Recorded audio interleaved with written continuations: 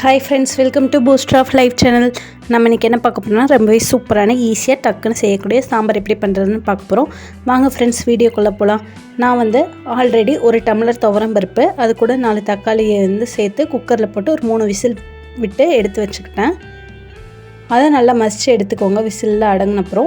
அதுக்கப்புறம் சாம்பாருக்கு தேவையான காய்கறிகள் 4 கத்திரிக்காய், 2 உருளைக்கிழங்கு, 2 கேரட்டு, 3 முருங்கைக்காய் சேர்த்துருக்கேன். அப்புறம் ஒரு சின்ன சைஸ் பெரிய வெங்காயத்தை எடுத்து இந்த மாதிரி நீள் வாக்கில் கட் பண்ணி எடுத்துக்கோங்க. அதுக்கப்புறம் அதெல்லாம் ஒரு பாத்திரத்தில் சேர்த்துக்கலாம். காயெல்லாம் கட் பண்ணிவிட்டு நல்லா கழுவிட்டு சேர்த்துக்கோங்க. அப்புறம் அது கூடவேவும் வீட்டில் அரைச்ச குழம்பு மிளகாய் தூள் 2 டீஸ்பூன் சேர்த்துருக்கேன் நான். அப்புறம் தேவையான அளவு உப்பு சேர்த்துக்கோங்க. உங்கள் காரத்துக்கு ஏற்ற மாதிரி நீங்கள் மிளகாத்தூள் சேர்த்துக்கோங்க. இப்போ இது எல்லாத்தையும் நல்லா மிக்ஸ் பண்ணிவிட்டு தேவையான அளவு தண்ணி ஊற்றிக்கோங்க.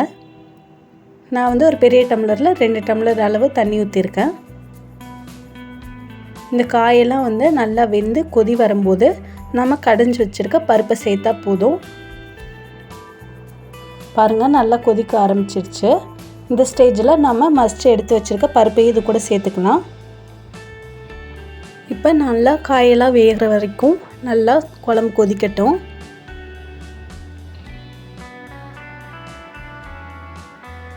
நல்லா அடிப்பிடிக்காத மாதிரி அடிக்கடி கிண்டி விட்டுக்கோங்க, ஏன்னா நம்ம பருப்பெல்லாம் சேர்த்துருக்கோம் அதனால். அப்புறம் கொஞ்சமாக புளி சேர்த்துருக்கேன் நான். நீங்கள் தக்காளி அதிகமாக சேர்த்துருந்தா புளி சேர்க்க தேவையில்லை. நான் கொஞ்சமாக ஒரு சின்ன நெல்லிக்காய் சைஸ் அளவு புளி சேர்த்து அதை கரைச்சி ஊற்றிருக்கேன்.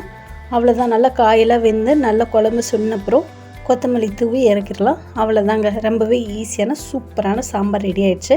நீங்களுமே இது மாதிரி ட்ரை பண்ணி பாருங்கள். சாம்பார் செய்கிறதுன்னு அவ்வளோ கஷ்டம்லாம் கிடையாது, ஈஸியாக இந்த மாதிரி பண்ணிடலாம்.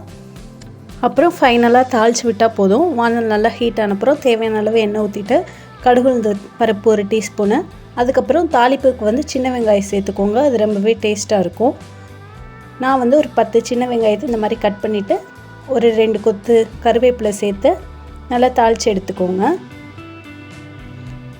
நல்லா பொன்னிறமாக வர வரைக்கும் இந்த மாதிரி எண்ணெயிலேயே வதங்கட்டும். அதுக்கப்புறம் ஒரு 1/2 டீஸ்பூன் பெருங்காயத்தூள் சேர்த்துக்கோங்க. அவ்வளோதாங்க. இப்போ நாம் ஆல்ரெடி பண்ணி வச்சுருக்க சாம்பார் கூட இதை ஆட் பண்ணிடலாம்.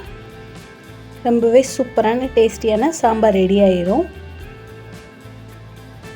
நீங்களுமே இது மாதிரி ட்ரை பண்ணி பாருங்கள். டேஸ்ட் ரொம்பவே நல்லாயிருக்கும். இது மாதிரி நம்ம நிறைய வீடியோ நம்ம சேனலில் போட்டிருக்கோம். அதெல்லாம் நீங்களும் அது மாதிரி ட்ரை பண்ணி பார்த்துட்டு டேஸ்ட் எப்படி இருக்குன்னு கமெண்ட் பண்ணுங்கள். மறக்காமல் நம்ம சேனலை சப்ஸ்கிரைப் பண்ணிக்கோங்க. நம்ம வீடியோ பிடிச்சிருந்தால் லைக் பண்ணிக்கோங்க. தேங்க்யூ ஃபார் வாட்சிங். Subscribe our channel.